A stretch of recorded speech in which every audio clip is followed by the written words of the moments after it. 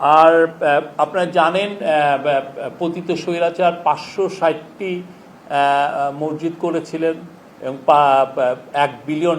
অনেকে বলেন, অনেকের তাদের স্বৈরাচারের যে সাপোর্টার তারা বলতে চান যে এটা সৌদি ফান্ডেড এটা প্রজেক্ট।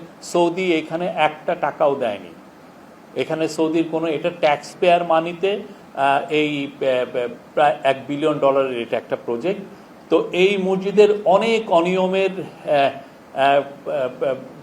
কথা উঠে এসছে, অনেক ধরনের অনিয়ম। এমন হচ্ছে যে দেখা যাচ্ছে যে একটা যেমন একটা পার্টিকুলার এক খুবই ইনফ্লুয়েন্সিয়াল মিনিস্টার তার কনস্টিটিউয়েন্সিতে, যেখানে শহরে না করে উনি 8 কিলোমিটার দূরে যেখানে উনি একটা রিসোর্ট করছেন, সেই রিসোর্টের ওইখানে উনি মসজিদটা করেছেন সরকারি টাকায়।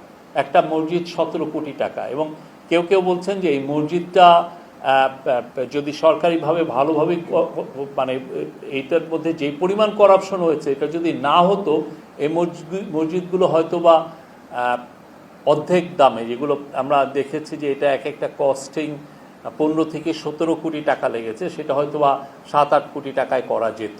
এটা নিয়ে অনেকগুলো পত্রিকা রিপোর্ট হয়েছে এবং সেই বিষয়ে আজকে একটু আলাপ হয়েছে। এবং এতে ধর্ম মন্ত্রণালয় এটার একটা ইনভেস্টিগেট করার জন্য একটা কমিটি করে দিয়েছেন। তারা কমিটিটা এটার কীভাবে এটার এই মসজিদ নির্মাণে কি পরিমাণ করাপশন হয়েছে, এটার মধ্যে কি ধরনের অন্যায় অনাচার হয়েছে, সেগুলো তারা ইনভেস্টিগেট করে দেখবেন।